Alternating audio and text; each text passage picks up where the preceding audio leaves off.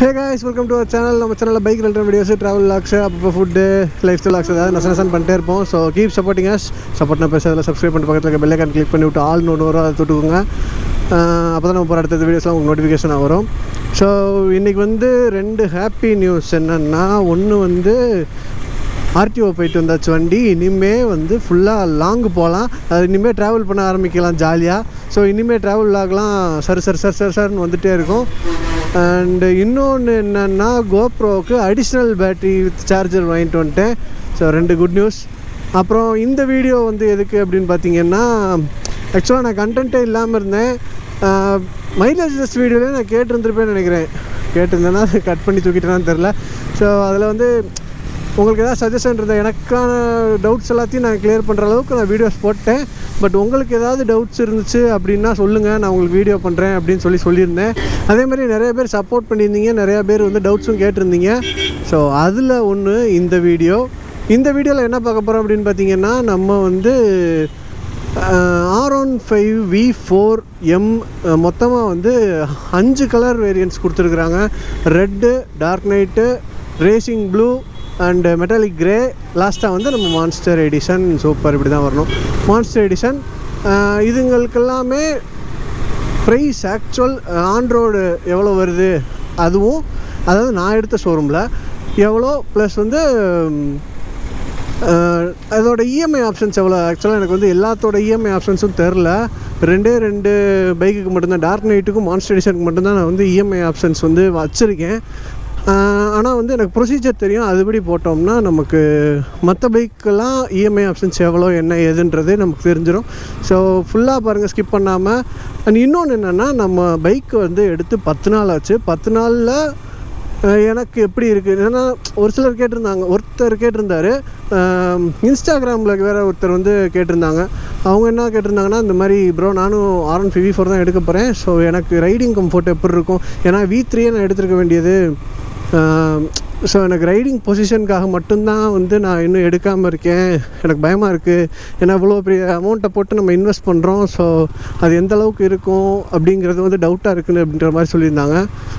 அதை வந்து இந்த வீடியோவில் கிளியர் பண்ணிடுவோம். அப்புறம் வந்து டிராஃபிக்கில் வந்து ஓட்டினா எப்படி இருக்குது அப்படின்னு சொல்லி கேட்டிருந்தாங்க. மெயினான விஷயம் நானே சொல்லணும்னு நினச்சிட்டே இருந்தேன், அந்த விஷயத்தையும் இந்த வீடியோவில் கிளியர் பண்ணிடலாம். ஸோ ஃபஸ்ட் ஆஃப் ஆல் ப்ரைஸை பார்த்துடலாம். இதுதான் வந்து அலகேந்திரா யமஹாஸ் நான் எடுத்த ஷோரூம்லேருந்து கொடுத்த கொட்டேஷனு எவ்வளோவா இருக்குது. ஸோ இது வந்து R15 நம்ம பைக்குக்கான இது வந்து இதுதான். ஃபஸ்ட்டு வந்து நம்ம இதை பார்த்துடலாம். இதுதான் வந்து ஓவரால் ப்ரைஸ், ஆன்ரோட் ப்ரைஸ் ஒவ்வொரு பைக்குக்கும். இது வந்து மெட்டாலிக் ரெட்டு. இதுதான் இருக்கிறதுலே வந்து காசு கம்மி. 1,99,217 ரூபா மெட்டாலிக் ரெட்டோட ரேட்டு. டார்க் நைட் எடிஷன் வந்து 2,323 ரூபா. அடுத்து வந்து இது வந்து ரேசிங் ப்ளூ, இதோட ரேட் வந்து 2,04,737 ரூபா. அடுத்து வந்து இது மெட்டாலிக் கிரே 2,10,257 ரூபா. அண்டு லாஸ்ட்டாக மான்ஸ்டர் எடிஷன் 2,12,463 ரூபா. ஸோ இப்போ வந்து மான்ஸ்டர் எடிஷனோட இஎம்ஐ பிளான் இதாக இருக்குது. அண்ட் வந்து டார்க் நைட்டுக்குரியது இந்த இருக்குது. ஸோ மூச்சு வாங்குதில்ல, ஸோ அட்ஜஸ்ட் பண்ணிக்கோங்க, சாரி. மான்ஸ்டர் எடிஷன் வந்து டவுன் பேமெண்ட் மினிமம் 36,753 ரூபா கட்டினா 36 மாதத்துக்கு 6,346 ரூபா, 30 மாதத்துக்கு 7,325 ரூபா, 24 மாதத்துக்கு 8,801 ரூபா மான்ஸ்டர் எடிஷனுக்கு. டார்க் நைட்டுக்கு வந்து மினிமம் 34,553 ரூபா கட்டினா 36 மாதத்துக்கு வந்து 5,990 ரூபா, 30 மாதத்துக்கு வந்து 6,913 ரூபா, 24 மாதத்துக்கு வந்து 8,306 ரூபா. ஸோ இதுதான் வந்து 2 கலர் வேரியன்ட்ஸுக்கான இஎம்ஐ ஆப்ஷன்ஸு. சிம்பிளாக சொல்லணும்னா, ஸோ மிச்சதெல்லாம் வந்து 9% இன்ட்ரெஸ்ட்டுங்க. ஹெச்டிஎஃப்சி பேங்க்கில் வந்து 9% இன்ட்ரெஸ்ட்டு. ஸோ 9% இன்ட்ரெஸ்ட் கால்குலேட் பண்ணிங்கன்னா உங்களுக்கு எவ்வளோ வரும், குத்து மதிப்பாக வந்து வரும். ஸோ அதை வச்சு கால்குலேட் பண்ணி போட்டுக்கோங்க. அதே மாதிரி எனக்கு தெரிஞ்சு நீங்கள் வந்து மேக்ஸிமம் இதோட அமௌண்ட்டை கொஞ்சம் கூட கட்டினீங்கன்னா உங்களுக்கு இதோட அமௌண்ட்டில் வந்து கம்மியாகிறதுக்கு நிறையா சான்சஸ் இருக்குது. சான்ஸ்லாம் இல்லை, கம்மியாகும். ஸோ உங்களுக்கு எவ்வளோ கன்வீனியண்ட்டாக இருக்குமோ அந்த மாதிரி நீங்கள் வந்து கட்டிக்கோங்க. ஸோ இவ்வளவு தான் வந்து ப்ரைஸ் டீட்டெயில்ஸு. ஸோ இப்போ வந்து பைக்கோட ஒரு ரிவ்யூன்னு சொல்ல முடியாது, ஏற்கனவே கொடுத்துட்டோம். இது வந்து ஒரு குட்டி ஓனர்ஷிப் ரிவ்யூன்னு வச்சுக்கோங்களேன். இது பத்திரமா வச்சுக்கோ. ஸோ என்னோடய ஹைட் வந்து 5'10", உங்களுக்கு தெரியுதா? 2 கால் வந்து தரையில் வந்து கரெக்டாக இருக்குது. நல்லா ஓரளவுக்கு நல்ல ஹைட்டாகவே இருக்குது. ரொம்ப வண்டி குட்டியாக இருக்குது அப்படின்னு சொல்ல முடியாது, ரொம்ப ஹைட்டாக இருக்குன்னு சொல்ல முடியாது, கரெக்டாக இருக்குது. ஓகேவா? வைசர் ஓப்பன் பண்ணிக்கிறேன். இது வந்து பைக்கோட லுக்கு. எந்த வித சேஞ்சஸும் இல்லை சீட்டில். V3யோட சீட் அப்படியே தான் கொடுத்துருக்குறாங்க. ஹேண்ட் பார் கொஞ்சம் ரைஸ் பண்ணியிருக்காங்க, அவ்வளோதான் வித்தியாசம். அண்ட் வந்து எனக்கு இன்ஸ்டாகிராமில் ஒருத்தர் கேட்டதுன்னு சொன்னேன்ல, அவரோட டவுட் நான் க்ளியர் பண்ணிடுறேன். ரொம்ப வந்து பெண்ட் பண்ணி ஓட்டுற மாதிரி இருக்காது. நிறையா பேர் வந்து V3க்கு நான் நிறையா வீடியோஸ் பார்த்துருக்கேன், ஹிந்தி வீடியோஸில் நிறையா பேர் போடுறது என்னென்னா, உங்களுக்கு வந்து ஷோல்டர் பெயின், பேக் பெயின் வரக்கூடாது அப்படின்னா வந்து இந்த இடத்துல வந்து உங்கள் பேக்கை நல்லா பின்னாடி வச்சு அப்படி படுத்துக்கிட்டு, அதாவது இப்படி இருந்துக்கிட்டு நீங்கள் ஓட்டணும் அப்படின்னு சொல்லியிருப்பாங்க. அப்படி இப்படி உட்காந்துக்கிட்டு ஓட்டினோம்னா கழுத்து இப்படி இருக்கும், இப்படி பார்த்துக்கிட்டு தான் ஓட்டணும், இல்லைனா தரையை பார்த்துட்டு தான் ஓட்டணும்.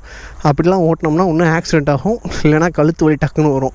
நமக்கு அந்தளவுக்கு பெரிய இதெல்லாம் கிடையாது. நீங்கள் நல்லா முன்னாடி தள்ளி உட்காந்துக்கிட்டீங்க அப்படின்னா உங்களுக்கு ஓரளவுக்கு நீங்கள் வந்து இப்படி நிமிர்ந்து உட்காந்துருக்கலாம். நல்ல ஹைட்டாக, என்னோடய ஹைட் வந்து 5'10". நான் வந்து முன்னாடி ஒட்டி உட்காந்தேன்னா நான் ஓரளவுக்கு இப்படி இருப்பேன். என் கையோட லென்த்துக்கு ஹேண்டில் பார் கரெக்டாக இருக்கும். ஸோ எனக்கு வந்து பேக் பெயின்றது பிரச்சனையே கிடையாது சுத்தமாக. என்ன எல்லாருக்கும் வர்ற மாதிரி இந்த இடம் வலிக்கும், கொடூரமாக வலிக்கும் இந்த இடம். அதுவும் பில்லியனை வச்சுட்டு போனால் ரொம்ப கொடூரமாக வலிக்கும். ஸோ அது ஒன்று தான் வந்து இங்கே பெயின் அப்படின்ற ஒரு விஷயம் வர்றதுக்கு காரணம். மற்றபடி எனக்கு பேக் பெயின் சுத்தமாக இல்லை. அதே மாதிரி இப்போ வரைக்கும் நான் வந்து சிட்டிக்குள்ளே ஓட்டியிருக்கேன், டிராஃபிக்கில் நல்லா ஓட்டியிருக்கேன். 297 கிலோமீட்டர் நான் ஓட்டியிருக்கேன், கிட்டத்தட்ட 300 கிலோமீட்ரு. எனக்கு வந்து பேக் பெயினோ எதுவுமே இன்னும் வரல. சிட்டிக்குள்ளே நல்லா ஓட்டிட்டேன். இப்போ வந்து அடுத்து லாங் போகும்ல, லாங் போகிறப்ப லாங் ரைடு எக்ஸ்பீரியன்ஸ் எப்படி இருக்குன்றத நான் அந்த வீடியோவில் சொல்கிறேன். ஸோ இது வரைக்கும் எனக்கு வந்து எந்த ஒரு பிரச்சனையும் இல்லை, எந்த ஒரு இதுவும் இல்லை. அண்ட் இன்னொரு விஷயம் என்ன அப்படின்னா, அந்த இடத்துல கொஞ்சம் லொக்கேஷனில் வந்து ஃபீல்டிங் டிஸ்டர்பன்ஸ் இருந்ததுனால வேறு வழி இல்லாமல் கொஞ்சம் லொக்கேஷனை மாற்றிருக்கேன். கொஞ்சம் அட்ஜஸ்ட் பண்ணிக்கோங்க முடிஞ்ச அளவுக்கு. அடுத்து நான் வேறு லொக்கேஷன் நான் சேஞ்ச் பண்ண ட்ரை பண்ணுறேன், நல்ல லொக்கேஷன் பார்த்துட்டு. இப்போதைக்கு எங்கள் வீட்டு பக்கத்தில் இந்த மாதிரி ஒரு லொக்கேஷன் தான் இருந்துச்சு. ஸோ இந்த வீடியோ நான் சீக்கிரமாக முடிக்கிறதுக்கு பார்க்குறேன். ஏன்னா இந்த வீடியோ முடிஞ்ச அளவுக்கு வந்து ஷார்ட்டாக போட ட்ரை பண்ணுறேன். ஏன்னா லென்த்தாக போகுதுன்றது வந்து நிறையா பேர் சொல்லிட்டாங்க. ஸோ முடிஞ்ச அளவுக்கு நான் வந்து ஷார்ட்டாக போட ட்ரை பண்ணுறேன். ஸோ அவ்வளோதான், ஓரளவுக்கு நான் இந்த வீடியோ முடிச்சிட்டேன். இப்போ வந்து லாஸ்ட்டாக சொல்ல வேண்டிய விஷயம் என்னென்னா, இந்த வண்டி வாங்குறது ஒர்த்தா இல்லையா இந்த ப்ரைஸுக்கு அப்படிங்கிறத மட்டும்தான் சொல்லணும். நான் மான்ஸ்டர் எடிஷன்றதை விட்டுட்டு நான் நார்மல் வேரியண்ட் V4லேயே நான் சொல்கிறேன். இப்போது நீங்கள் வந்து V4 எடுத்திங்கன்னா இப்போ நான் சொன்ன அமௌண்ட்டு தான் வந்து உங்களுக்கு வந்து ஆன் ரோடு வரும். ஆனால் 3000 கூட்டுறோம் அப்படின்ற மாதிரி சொல்லிகிட்டு இருக்காங்க. அது தெரில எனக்கு. ஸோ அதை நீங்கள் கிளாரிஃபை பண்ணிக்கோங்க உங்கள் பக்கத்தில் இருக்க ஷோரூமில். ஸோ எனக்கு வந்து 3000 எந்த அமௌண்ட்டும் கூட்டல. நான் வந்து வந்ததும் நான் போய் செகண்டு, அதாவது வந்து ஒரு லோடு வந்துச்சு, அந்த வண்டியெல்லாம் விற்றுருச்சு. அடுத்த லோடு, 2வது லோடில் வந்து நான் புக் பண்ணிட்டேன். நான் புக் பண்ணதுக்கப்புறம் தான் எனக்கு லோடே வந்துச்சு. வந்ததும் நான் வண்டி எடுத்துட்டேன். நான் தான் வந்து செகண்ட் லோடில் ஃபஸ்ட்டு வண்டி எடுத்தது. ஸோ எனக்கு வந்து எந்த ப்ரைஸ் சேஞ்சஸுமே இல்லை சுத்தமாக. ஆக்சுவலாக R15 V3 லான்ச் பண்ணப்போ வந்து 1,50,000 1,45,000 அந்த ரேஞ்சில் தான் வந்து லான்ச் பண்ணாங்க. ஆனால் அது வந்து BS4 வேரியண்ட்டு, நான் ABS, BS4 ஆமாம் BS4 தான் நினைக்கிறேன். BS4ல் நான் ABS மாடல் வந்து 1,45,000 அப்படின்ற மாதிரி கொடுத்தாங்க. அப்புறம் நிறைய அப்டேட் அப்படின்னு கடைசியில் வந்து 1,95,000 வரையும் கொண்டு வந்து நிப்பாட்டினாங்க. ஸோ அந்த மாதிரி தான் கண்டிப்பாக இதோட ப்ரைஸும் எக்குத்தப்பாக ஏறும். எனக்கு தெரிஞ்சு இன்னும் 2 வருஷத்தில் வந்து 2,50,000 அந்த மாதிரி ப்ரைஸுக்கு கொண்டு போய் விட்டுருவாங்க எப்படியும்.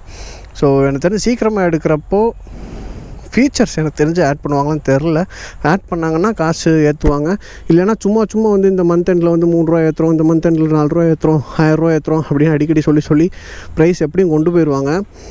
இப்போது இந்த பைக் வந்து எடுக்கலாமா வேணாமா அப்படிங்கிறது வந்து இந்த ப்ரைஸுக்கு நான் சொல்கிறேன். 2,12,000 வந்து இந்த பைக்கு நான் வந்து V4 எடிஷன் நான் சொல்கிறேன்னு சொல்லியிருந்தேன்ல. V4 வந்து அரௌண்டு 2 லட்ச ரூபா கிட்ட தான் வருது. அதுவும் ரெட்டு மெட்டாலிக் ரெட்டு வந்து 2 லட்ச ரூபா கிட்ட வருதா. அந்த பைக் இப்போ நீங்கள் எடுக்கிறீங்கன்னா அப்சைட் டவுன் ஃபோக்ஸ் கொடுக்குறாங்க. ஸோ V3 வந்து ஹையர் அண்ட் மாடல் அதை எடுத்தாலுமே அது வந்து டார்க் நைட் தான் அதில் வந்து ஹையர் எண்டுன்னு நினைக்கிறேன். அது வந்து 1,95,99 மொத்தம் 4,000 ரூபா தான் டிஃப்ரென்ஸ் வருது. 4,000 ரூபா டிஃப்ரென்ஸ்க்கு வந்து அப்சைட் டவுன் ஃபோக்ஸ் வருது. அதில் வந்து குவிக் ஷிஃப்டர் வராது, ஆனால் ட்ராக்ஷன் கண்ட்ரோல் வரும். இதில் வந்து இன்பில்டாவா இதுக்கு பேர் என்ன சொல்கிறது, டிஃபால்ட்டாகவே வந்து பபுள் வைசர் வந்துடுது. அண்டு ஹேண்ட்பார் கொஞ்சம் ரைஸ் ஆகிருக்கு, லுக்கு மாதிரி இருக்குது, ஹசார்ட் இன்பில்ட்டாகவே வந்துருக்கு. இதெல்லாம் நீங்கள் V3 எடுத்துகிட்டு நீங்கள் தனித்தனியாக போட்டிங்கன்னா எக்கத்தப்பா காசாகும். அதுக்கு V4 எடுத்தால் ரொம்ப கம்மியாக முடிஞ்சிடும். இன்னொன்று, இந்த இடத்துல வந்து நமக்கு ஹெட்லைட்டு அதில் நம்ம எப்படி நம்ம தனியாக ப்ரொஜெக்டர் லைட் வந்து ஆட் பண்ணுவோம்.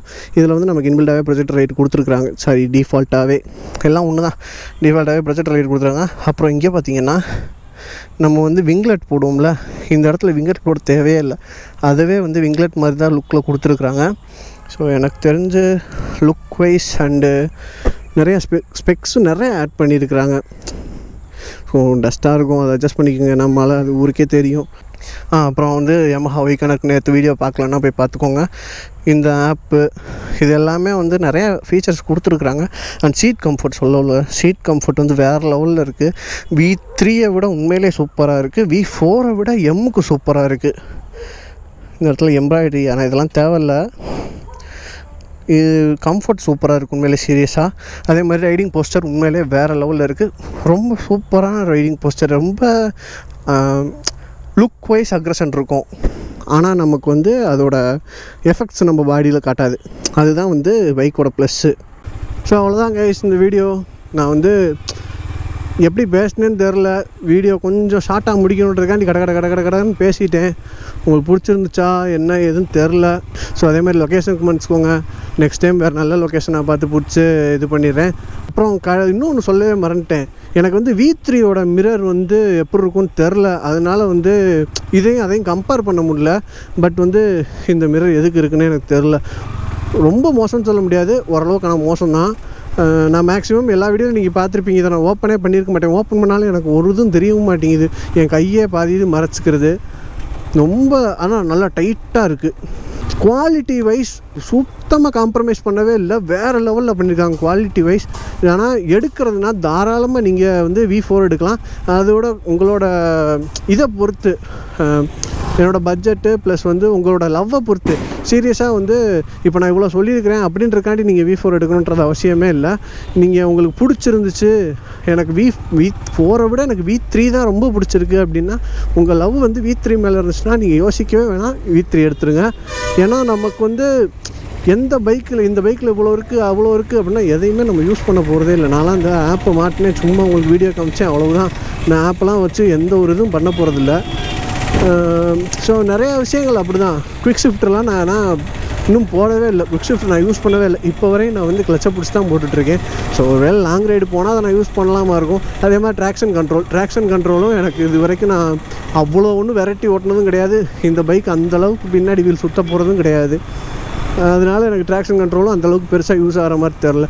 மேக்ஸிமம் இப்போ இருக்கிற ஃபீச்சர்ஸ் வந்து எனக்கு யூஎஸ்டி ஃபோக்ஸ் செம்மையாக நான் ஃபீல் பண்ணுறேன். ப்ளஸ் வந்து சீட் கம்ஃபர்ட்டு அண்டு அந்த ஹேண்டில் பார் கொஞ்சம் ரைஸ் பண்ணது ரைடிங்க்கு வேறு லெவலில் இருக்குது. செம்ம கம்ஃபர்ட்டாக இருக்குது, அது குறையே சொல்லக்கூடாது இந்த விஷயங்கள்லாம். அதே மாதிரி இந்த வைசர் கொஞ்சம் வந்து மேலே ஏற்றி கொடுத்துருக்குறாங்களா, அதுவும் நல்லாயிருக்கு. அண்ட் ஹசார்டு, இந்த மாதிரி சின்ன சின்ன விஷயங்கள்ஸ்லாம் எனக்கு வந்து ஓகே அப்படின்ற மாதிரி என்னோடய கம்ஃபர்ட்டுக்கு இதெல்லாம் தேவைப்படுது. அண்டு நிறையா பேர்த்துக்கு வந்து ட்ராக்ஷன் கண்ட்ரோல் தேவைப்படலாம், நிறையா பேர்த்துக்கு வந்து குவிக் ஷிஃப்டர் தேவைப்படலாம். அதனால் உங்களோட பர்பஸை ஃபஸ்ட்டு இது எதனா எனக்கு வேணும், கண்டிப்பாக வேணும் அப்படின்றத நீங்கள் ஃபிக்ஸ் பண்ணிக்கோங்க. இதெல்லாம் எனக்கு தேவையே இல்லை, எதுக்கு இது அப்படின்னு உங்களுக்கு யோசிச்சிங்கன்னா நீங்கள் வந்து இந்த பைக் எடுக்கணும்னு அவசியம் இல்லை. உங்களுக்கு எது பிடிச்சிருக்கோ ஃபஸ்ட்டு ப்ரிஃபரன்ஸ் அதுதான். எதில் லவ் இருக்கோ அதை எடுங்க. அப்புறம் வந்து உங்களோட யூஸ் என்னன்றதை பாருங்கள், அதுக்கேற்ற மாதிரி பார்த்துக்கோங்க. ஃபைனலாக பட்ஜெட்டை நான் வந்து டீட்டெயிலாக நான் சொல்லிட்டேன். ஒரு 3 பைக்குக்கு மட்டும் நான் வந்து இஎம்ஐ ஆப்ஷன்ஸ் சொல்லலை, ஸோ கொச்சிக்காதீங்க. ஸோ அவ்வளோதான் கைஸ் இந்த வீடியோ. வேறு ஏதாவது வீடியோ வேணும் அப்படின்னு நினச்சிங்கன்னா தாராளமாக நீங்கள் கமெண்ட் பண்ணுங்கள், நான் எல்லாருக்கும் ரிப்ளை பண்ணுவேன். அண்ட் இன்ஸ்டாகிராமை போய் ஃபாலோ பண்ணி வச்சுக்கோங்க. ஏன்னா வந்து இன்ஸ்டாகிராமில் தான் நான் வந்து ஓரளவுக்கு ஆக்டிவாக இருப்பேன். நான் கமெண்ட்ஸ் எல்லாருக்கும் கண்டிப்பாக நான் வந்து ரிப்ளை பண்ணிடுவேன். ஆனால் இன்ஸ்டாகிராம்ன்றப்போ டக்கு டக்குன்னு டிஎம் பண்ணி கேட்டுக்கலாம். எதுனாலும் கமெண்ட்ஸ்னால் வளன்னு பேச முடியாதுல்ல. அதனால் நீங்கள் இன்ஸ்டாகிராம் ஃபாலோ பண்ணி வச்சுட்டு உங்களுக்கு எந்த கொஸ்டின்ஸ் இருந்தாலும் நீங்கள் தாராளமாக இன்ஸ்டாகிராமில் கேளுங்க. இந்த வீடியோ அவ்வளோதாங்க. டாடா பாய், see you in the next video, அதாவது டுமாரோ. அப்புறம் கடைசியாக எப்பயும் சொல்கிற டைலாகு, பிடிச்சிருந்தா மட்டும் சப்ஸ்கிரைப் பண்ணிக்கோங்க அண்ட் லைக் பண்ணிக்கோங்க. அதே மாதிரி ஒரு கமெண்ட் ஒன்று வந்துருந்துச்சு, என்னடா வளன்னு முடிக்கிறேன்னு பேசிக்கிட்டே இருக்கேன்னு கேட்காதீங்க. ஸோ ஒரே ஒரு கமெண்ட்டை மட்டும் சொல்லிட்டு போயிடுறேன். என்ன ப்ரோ லைக்கே வர மாட்டேங்குது, யாருமே லைக் போட மாட்டாங்கன்னு ஒருத்தர் கமெண்ட்டில் ஃபீல் பண்ணியிருந்தேன். நான் என்ன ப்ரோ பண்ணுறது, லைக்கே போட மாட்டாங்க. என்கிட்ட கேட்டால் எனக்கு என்ன தெரியும். பிடிச்சிருந்துச்சுன்னா லைக் பண்ணிக்கோங்க, அதே மாதிரி பிடிச்சிருந்துச்சுன்னா சப்ஸ்கிரைப் பண்ணிக்கோங்க. ஸோ இந்த வீடியோ அவ்வளோதான். டாடா பாய். ஸோ கேட்டேன் அப்படின்றதுக்காக இந்த வீடியோக்கு எவ்வளோ லைக் வருதுன்னு பார்ப்போம். நெக்ஸ்ட் வீடியோவில் மீட் பண்ணலாம். பாய். அண்ட் கைஸ், இன்னொரு ஒரே ஒரு விஷயத்தை மட்டும் சொல்ல மறந்துட்டேன். என்ன அப்படின்னு பார்த்தீங்கன்னா, ஒருத்தர் கேட்டிருந்தாருன்னு சொன்னேன்ல, டிராஃபிக்கில் வந்து எப்படி ப்ரோ இருக்குன்னு. டிராஃபிக்கில் ஓட்டுறதுக்கு சூப்பராக இருக்குது, சீரியஸாக வேறு லெவலில் இருக்குது. கம்ஃபர்ட் வைஸ் வந்து ஒன்றும் பிரச்சனையே இல்லை. ஆனால் இந்த இஷ்யூ எனக்கு மட்டும் தான் இருக்கான்னு தெரில. என்னென்னா கிளச்சை அடிக்கடி பிடிக்கிறனால ஹீட் ஆகுதா என்னன்னு தெரில, ரேடியேட்டர் டக்குன்னு ஓட ஆரம்பிச்சிருது, வண்டி டக்குன்னு ஆஃப் ஆயிடுது.